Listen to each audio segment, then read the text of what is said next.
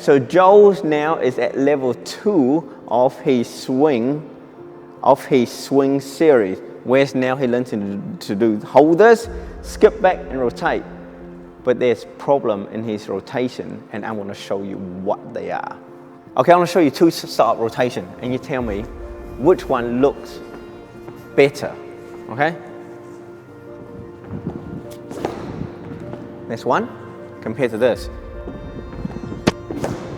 Okay, Joe, which one looks nicer? Between 1 and 2? 2. Now why?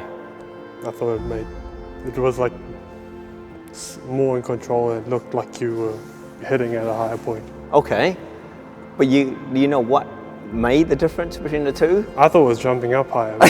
No, it got nothing to jump with higher.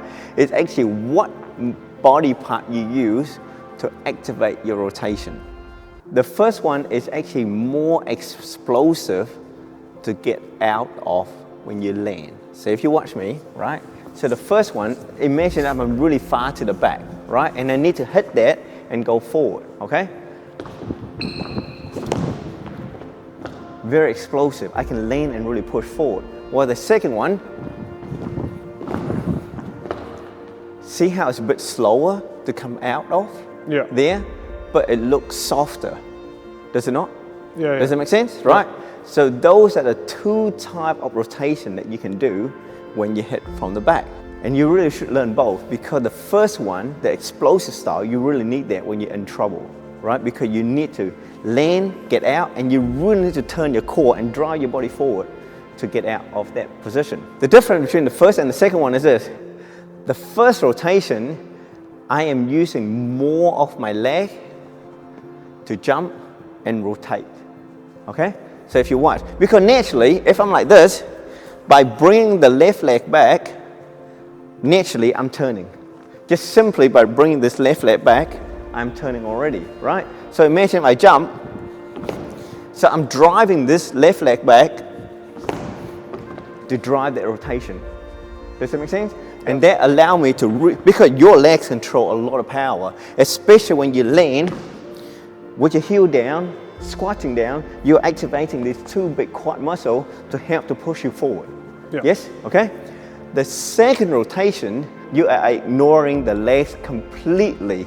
Instead, what are you going to concentrate on? Arms? No. Terrible. You don't use your arms. Hip rotation.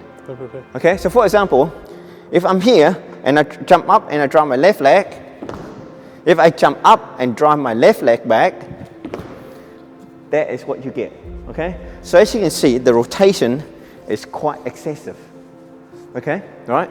But if I learn this, that's the first one. Yeah. Now if I jump up and concentrate on this, now you watch. Now, it's very difficult for me to turn that much if I just concentrate on the hips only, yes? Yeah. So then, in the second style, you're gonna feel like I'm floating in the air a little bit more, right? Because like this.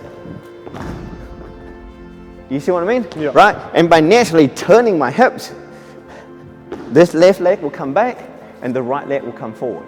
Naturally, by itself, right? Yeah. But as you can see, I don't tend to turn as much.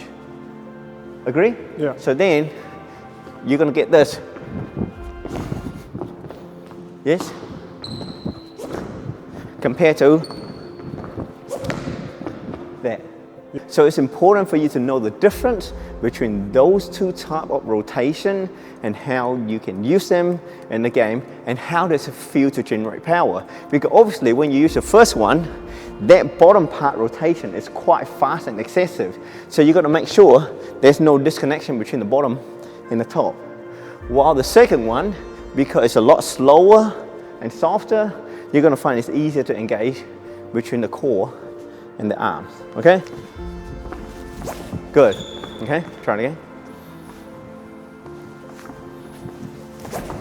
Okay?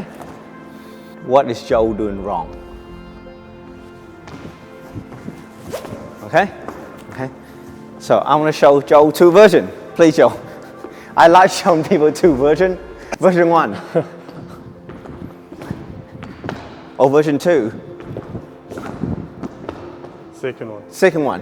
Why? You're leaning forward a little bit? No. It got to do with your left foot, okay? So if I was to come back here and my right foot is here, my left foot is in front of my right foot. So when I bring this left foot back to initiate the rotation, look at where my left foot will end up. Barely where the right foot is. Yeah. Right? Your left foot is like here. That's a big difference in terms of pushing power. Does that make sense? Right? Secondly, when you land back here like this, you're going to activate your Achilles and your calf, and eventually your Achilles will snap.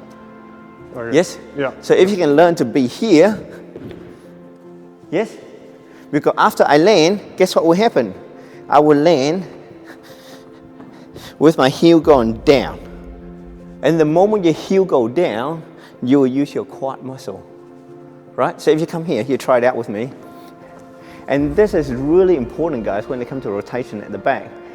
You want to use your quad muscle as much as you can because those are big, they are powerful, and they're safe. The moment you start to use your calf and your Achilles, that's when injuries can happen. I want you to put your heel down on the floor. Yes? Okay? Squat. Now jump up.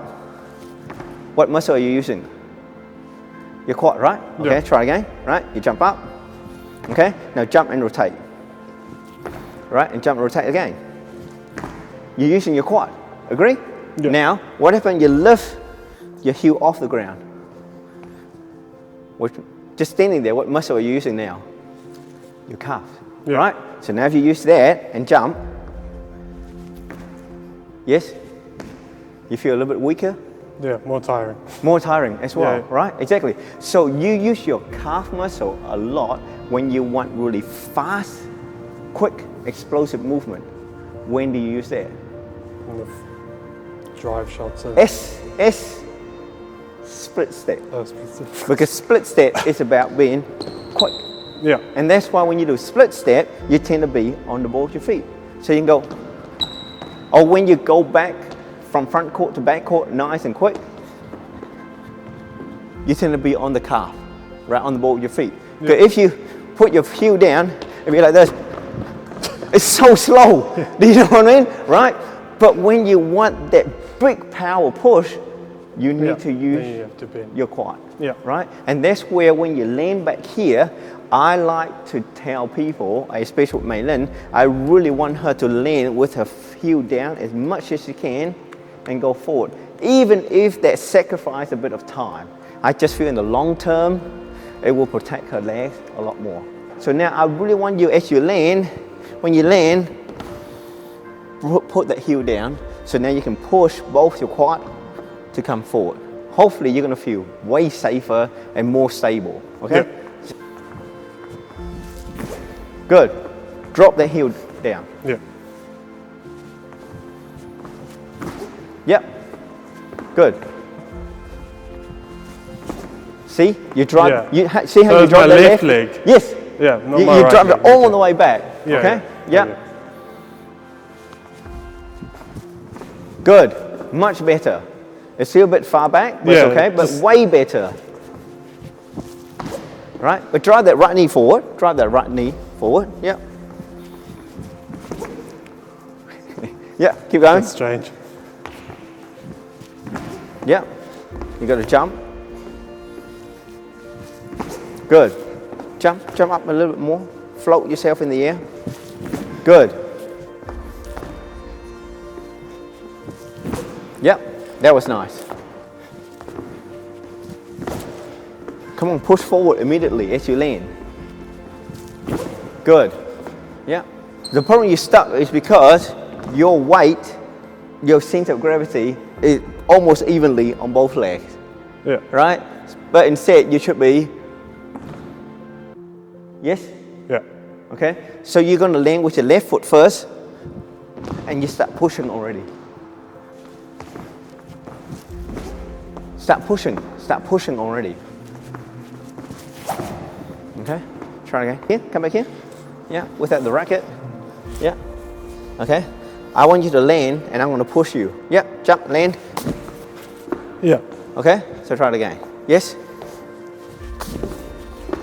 To land, you're pushing yourself forward. Try that. So this is just after your rotation, right? Yeah. So you're coming out here, your legs like this, nice and even. Base you jump, you start leaning forward already, okay? Yeah, no, turn the other way. Yeah, good. That's what you're trying to do as you land. Good. Exercise here is a great way to teach Joe what to feel after he lands, right? Now if you're gonna start facing the other way, right? Yeah, now jump. Yes, Yeah. beautiful. Yeah, try it again. Own this without racket, no swinging. Beautiful. See now your left leg is not very far from behind your right leg anymore, is it? Okay? Yeah. Nice. So this is a great exercise for you guys to do at home where you can just concentrate on. No, that was bad. That was bad, yeah. See, now Joe knows. Yeah, Joe knows the feeling, right? Yeah. Can you feel your Achilles? Yeah. Activating? Yeah. So you mentioned you do that 20, 30 times in a game, right? And you're skipping back, you're under intense pressure, you're going to load that and you're going to snap, yeah? So it's so important to protect your Achilles. Much safer, right? And you can feel your quad. Yes, Joe? You can feel your quad activating? Yeah. Yes. So that was a great exercise for Joe to start to learning to have a feel of power, but safe use of power in his leg to help him to rotate. So you probably don't realize this, but before, Joe would do something like this, where he over-rotates.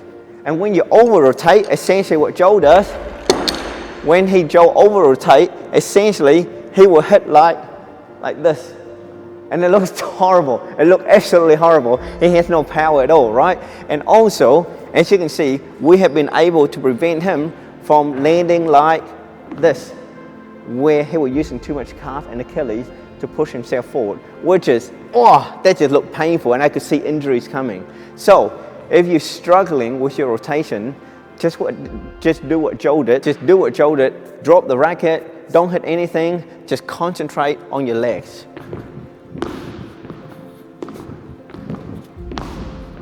And that will go a long, long way. So hopefully the video was helpful. If it is, please like and comment below. Let me know what you think about the exercises and the movement and see and if you agree with them or not. I think Joe's looking a lot better. That is without hitting shuttle. Trust me, when the shuttle comes, he's gonna start inventing new moves. And I had to correct them again. So that's the joy of coaching. It really is. Yeah, so if the video is helpful, please like and comment below. There's a lot more videos here to help you with your badminton journey. So please check them out and let's get better. Let's get better together. I'll see you guys next time. Bye-bye.